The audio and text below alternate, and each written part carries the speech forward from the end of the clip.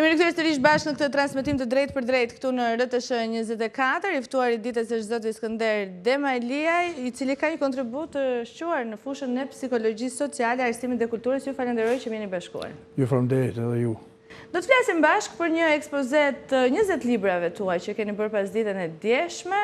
Pse erdhi pikërisht në këtë moment? Unë kam 25 vjet që punoj dhe njëkohësisht botoj. Libri i parë është Masakra e Gjilanit, të cilën unë e kam botuar në vitin 1998. Ky libër është ndërtuar mbi bazën e kujtimeve që ka lënë xhaxhaja im, Shaban Haxhi Demaliaj, i cili ka qenë komandant i Brigadës 7 të Kosovës dhe ka qenë pikërisht në momentin kur është kryer masakra e madhe e forcave serbo-komuniste në komunën e Gjilanit, ku mbeten të vrarë mbi 2000 veta. Xhaxhaja me brigadën e tij mori pjesë dhe shtetësonoi situatën dhe njëkohësisht e mbrojti popullsinë e Gjilanit nga ky genocid. Ato kujtime ishin në arkiva. Sa kohë në arkiva, një pjesë e tyre ai kishte lënë në shtëpinë e tij dhe unë pastaj e botova këtë libër, i cili është mirëpritur shumë sidomos nga komuna e Gjilanit, sepse komuna e Gjilanit po kërkon që në Bruksel ta çojë çështjen e genocidit. Dhe pikërisht dokumentet e tjera, OZNA dhe organet shtetërore serbe i kanë azhësuar. I vetmi element, domethënë, që tregon për masakrën dhe që e përshkruan me hollësi masakrën, është ky libër, prandaj ata kanë një interes të madh për këtë libër dhe njëkohësisht për figurën e Shaban Haxhis, të cilën kërkojnë ta vlerësojnë maksimalisht. Mirë, përpara se të flasim për botimet tuaja, do duhet ndaleshim tek aktiviteti i djeshëm. Si shkoi, cilat ishin ato emocione që ju dha ju? Aktiviteti i djeshëm u realizua me sukses. Pjesëmarrja ishte masive. Në njëjtën kohë diskutantët shprehin ato konsideratat dhe mendimet e tyre dhe vlerësimet e tyre për mua. Dhe unë ndihem shumë krenar për atë aktivitet që u zhvillua dje dhe e realizoja plotësisht qëllimin dhe ëndrrën time nëpërmjet kësaj ekspozeje librash. Në këto 20 botimet tuaja, cili mund të veçoni si përveç masakrës së Gjilanit për të cilën ju folët pak minuta më parë, cili do të veçonet ju si atë që ju ka lënë më shumë bresa gjatë periudhës së shkrimit të atij? Diapazoni i tematikës së veprave të mia është shumë i gjerë. Unë kam vepra me karakter historik, siç është për shembull figura dhe ngjarje historike. Kam vepra me karakter historik, siç është monografia për Shaban Haxhin, komandantin e Brigadës 7. Unë kam vepra që lidhen me marrëdhëniet ndërkombëtare. Për shembull, Doktrina Putiniste dhe Kosova është një libër që unë e kam botuar para 2-3 vjetësh. Është një tematikë që lidhet me Kosovën. Për shembull, kam një monografi për kthimin e shqiptarëve në verën e vitit 1999 në trojët e tyre mijëvjeçare. Po kam edhe njëkohësisht studime për Kosovën, kam një monografi edhe për Femia Gon, një personalitet i madh. Kam libra pastaj me karakterit pedagogjik, që janë përdorur në lëndën letërsisë në shkollat e mesme, siç është për shembull poem kosovar në pendën me të shkotelit, poezi për gjuhën shqipe dhe njëkohësisht edhe një metodik për dhënien e letërsisë. Bile kjo metodik ka hyrë edhe përdoret si tekst bazë edhe në Universitetin e Prishtinës. Kam pastaj studime për zonën time nga kam ardhur, nga Bytyqi i Malësisë së Gjakovës, shkrime për Bytyqin, analiza dhe komente për figurën e Murat Pacit dhe njëkohësisht kam edhe studime etnografike, siç është kanuni i bjeshkës së Sulbisis. Mbi të gjitha, ajo arritja më e madhe për mua është një libër për adoleshentët, që unë e kam botuar para 2 vjetësh, ku jap këshilla dhe njëkohësisht analizoj se si duhet familja, shkolla, shoqëria dhe gjithë institucionet të punojnë me këtë kategori që sot po shfaq probleme dhe njëkohësisht duhet punuar me shumë vëmendje dhe me shumë kujdes. Mirë, duke përfituar nga rasti që ju kam në studio, do doja të ndaleshim te disa nga tematikat e librave tuaja. Do të doja ta nisja me Kosovën. Si e shihni evolimin e Kosovës gjatë viteve të fundit dhe rolin që ajo ka sot në rajon, por edhe më gjerë? Çlirimi i Kosovës nga forcat e NATO-s dhe UÇK-ja ishte një fitore e madhe. Njëkohësisht fitoria tjetër e madhe është, që për mendimin tim është fitoria e dytë për shqiptarët, është shpallja e shtetit pavarur i Kosovës. Dhe unë shoh që Kosova po ecë në rrugën e Euroatlantikut, po njëkohësisht po forcon shtetin ligjor, po ka pengesa dhe vështirësi, këto pengesa dhe vështirësi vijnë edhe nga një politikë që duhet të jetë më e mençur dhe më unike dhe më kombëtare, forcave politike atje, po edhe ndërhyrje vazhdueshme të shtetit të Serbisë, duke mos e njohur atë, duke injoruar pavarësinë e saj, duke kërkuar shpërndarjen e kësaj pavarësie dhe njëkohësisht të Rusisë që mbështet Serbinë. Megjithatë, ajo është në rrugën e mbarë dhe unë besoj edhe tani që ka probleme me konsideриmin e parlamentit, unë them që forcat politike atje në Kosovë do gjejnë gjuhën e përbashkët e do të kalojnë edhe këtë për të mirën e popullit të tyre, për të mirën e vendit të tyre. Sa të mundshëm e shihni dialogun për normalizimin e marrëdhënieve mes Kosovës dhe Serbisë? Unë kur pa të botuar librin Doktrina Putiniste dhe Kosova, po në këtë studie pa të dhënë një intervistë lidhur me këtë libër. Dhe pa ta theksuar dhe e theksoj edhe tani, që Serbia bën sikur merr pjesë në dialog, por nuk është interesuar për dialogun. Ajo është interesuar për destabilizimin e Kosovës. Ajo është interesuar që të zhbej njëjët e Kosovës nga vendet e tjera. Kështu që Serbia nuk është e sinqertë në dialogun me Kosovën. Dhe përderisa ajo nuk do ta njohë shtetin e pavarur të Kosovës, unë them që nuk mund të ketë domethënë dialog konstruktiv dhe zgjidhje të marrëdhënieve midis Kosovës edhe Serbisë. A ka një rol të posaçëm që mund të luajë Shqipëria në këtë situatë? Kosova është shteti i pavarur. Dhe për mua, domethënë, si shteti i pavarur duhet të marrë vetë vendimet.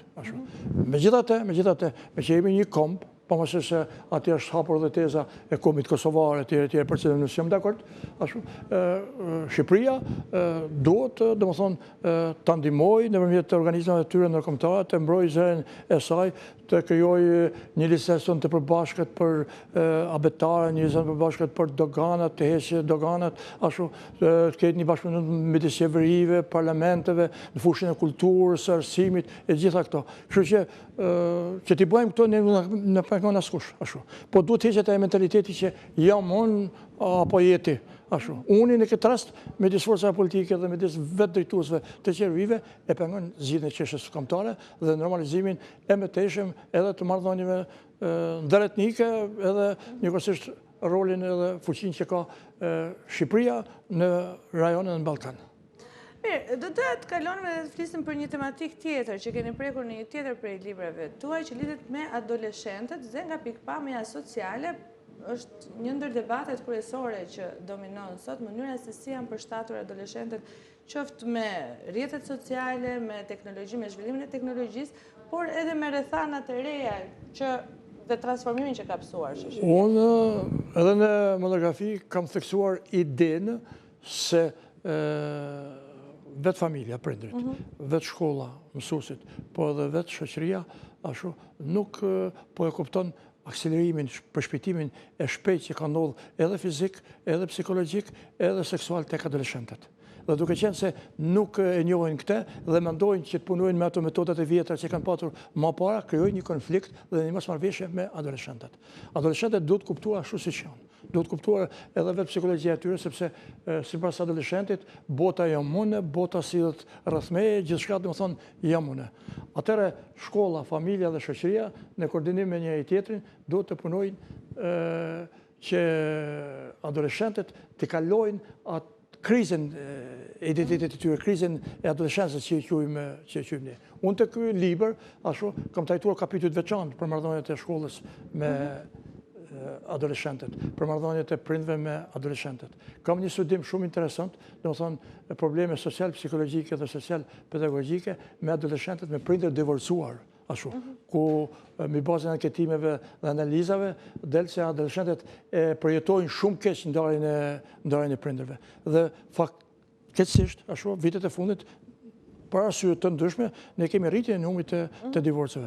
Megjithëse prindit mund të ndahen, ata asnjëherë kam theksuar une, nuk mund të heqin dorë nga fëmija e tyre, nga edukimi i tij, nga interesi për të, ashtu braktisja nga njëri prind, domethënë është një fatkeqësi tjetër për adoleshentin që e fut në rrugën, do thonë e krimit, që e fut në rrugën vajzën të prostitucionit, ashtu që e bën që të braktisin shkollën etj. Gjitha këto elementë të rëndësishëm, unë i kam lidhur dhe me një kapitull tjetër të veçantë, çfarë duhet bëjë, domethënë vetë organet shtetërore për kualifikimin dhe trajnimin e mësuesve që të përshtaten punës së tyre me adoleshentët dhe të ngrehin në nivel më të lartë punën mësimore dhe edukative. Mirë, le ta nisim tek pjesa e familjes.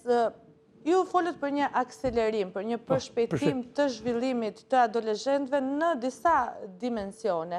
A ka ndikuar ky akselerim edhe në lindjen e problemeve sociale të reja, që nuk kanë ekzistuar më parë? Po, diskutim që kanë ndikuar. Ashtu, për shembull, më parë, për shembull, çështja e drogës nuk ka qenë e përhapur. Tash sot për shembull nëpër shkolla e dimë që droga hyn atje. Më përpara, për shembull, respekti i nxënësit dhe adoleshentit mësuesin ka qenë në nivelin më të lartë. Sot ne kemi raste kur mësuesi goditet ose pa problem fare fyhet, ashtu. Më përpara, për shembull, dhunat e adoleshentit ka qenë jo në atë që është sot. Ashtu, ne kemi raste për shembull që adoleshentet vrasin, therin atje me njëri tjetrin, po edhe të tjerët. Ashtu, do thonë gjitha këto fenomene që janë sot kërkojnë që jo vetëm shkolla, familja, po njëkohësisht edhe komuniteti, edhe organet e policisë, prokurorisë, gjykatave, ashtu do thonë të punojnë. Unë pas për shembull tek një emision para sa kohë, një grup adoleshentës në Sarandë, ashtu, që kishin therur një pronar atje, që kishin dhunuar atë dhe fëmijën e tij, edhe jepshin pamje ku ata godisnin domethënë pronat e tjerëve, dhe faktikisht policia edhe atje nuk është reaguar. Në këtë situatë, çfarë duhet bëjnë institucionet? Dhe kur flas për institucione, kam fjalën që nga institucioni i familjes më i ngushtë, me radhë institucione të tjera, shkolla, institucionet e sigurisë, si mund të përshtaten? Do të thënë, është koha për të forcuar pak autoritetin e këtyre institucioneve, apo për t'i liberalizuar? Jo, unë them që duhet forcuar autoriteti i këtyre institucioneve. Ashtu, dhe kjo duhet filluar që nga roja i policisë, shërbimi i policisë që është nëpër shkolla sot, ashtu, që duhet jenë domethënë kontrollet të rrepta, mos i lanë të hyjnë me thika, as më tepër me armë, etj. Që nga shkolla, që për mendimin tim, mësuesit sot domethënë më shumë po merren me procesin mësimor dhe kanë lënë me një anë procesin e punës edukative me mendimin që ne vetëm paguhemi për këtë dhe nuk paguhemi punën edukative. Në një kohë për shembull që më parë bëj një punë edukative, sepse gjithë ato raste që kanë ndodhur etj. Nuk kanë ardhur domethënë për një ditë, janë grumbulluar problemet dhe po të ishin marrë masat e duhura edhe nga shkolla, edhe nga familja, edhe nga institucionet e tjera, policia, ashtu, nuk mund të kishin ndodhur këto krime që kanë ndodhur faktikisht. Dhe që janë të dhimbshme. Sepse më vjen keq edhe për adoleshentët. Adoleshenti është në një moshë të papjekur dhe njëkohësisht duke hyrë në burg, duke dënuar, ashtu domethënë krijohet probleme për të ardhmen e tij. Do thonë është një fatkeqësi faktikisht nëse ne rritim një brez jo të denj siç kërkohet. Zoti Demalie, botimet tuaja janë kryesisht të karakterit studimor, bazohen mbi punë kërkimore. Sa e interesuar është publiku për këtë lloj botimi, për këtë lloj librash? Unë pash edhe dje interesimin, domethënë ishte atje, domethënë shumë njerëz atje i blenë librat. Është një target i caktuar personash apo lexuesish të këtyre lloj botimeve apo është zgjeruar? Tani ne jemi të ndërgjegjshëm, ashtu që me këto teknologjinë, mjetet që kanë hyrë tani, domethënë dëshira për leximin edhe motivimi për karen. Ashtu. Megjithatë, unë do të thoya trive, do të thosh edhe njerëzve që formimi bazë është mbi bazën e librave. Atje. Informacione gjëra mund të marrën edhe në rrugë të tjera, por formimi është mbi bazën e librave. Prandaj ata duhet të lexojnë më shumë. Këto libra kanë qenë gjithmonë përshtatje me publikun, kanë qenë përshtatje me interesat e adoleshentëve të tjera, të cilët kanë treguar interes, ashtu, dhe njëkohësisht kërkojnë ndihmë, këshilla vazhdimisht, domethënë nga unë si pedagog edhe në mjediset e tjera, domethënë për të ndihmuar. Unë them që është koha t'i kthehemi librit. Aktualisht jeni duke punuar me një libër tjetër? Po, aktualisht nuk kam ashtu. Unë po bëj një libër dhe po punoj për psikoanalizë e historisë shqiptarëve. Do të shoh historinë e shqiptarëve në një kënd vështrimi që se kam para kush më para, në këndin e psikoanalizës. Do thonë si kanë ndikuar vetdia, nënvetdia, elemente tjera të rëndësishëm i bazën e studimeve të Freudit e tjera, do thonë në formësimin e kombit shqiptar, po njëkohësisht edhe në formësimin e personaliteteve që e kanë drejtuar dhe udhëhequr atë. Ky është një vend shumë me interes dhe po punoj. Po punoj edhe për një libër për didaktikën e letërsisë, ashtu, dhe njëkohësisht do kam edhe një 2 botime të tjera, vëllimin e 2 dhe vëllimin e 3, po për studime për adoleshentët. Kështu që jam në rrugën e disa librave që pothuajse i kam gati dhe së shpejti mund të dalin. Cilat janë sfidat që has një studiues kur vjen fjala te botimi i librave? Po, pengesat janë këto. E para herë, ai që boton librin nuk e merr kur hakun e punës. Gati sa merë, do më thonë, në treg ai autori, merë ai libashisi që eshet librin. E dyta, janë problemet e politikave që lidhen me librin, që duhet ketë më shumë, do më thonë, subvencione, duhet ketë më shumë sponsorizime për libret, jo vetëm nga institucionet shtetërore, por njëkohësisht edhe nga privatet edhe të tjerë.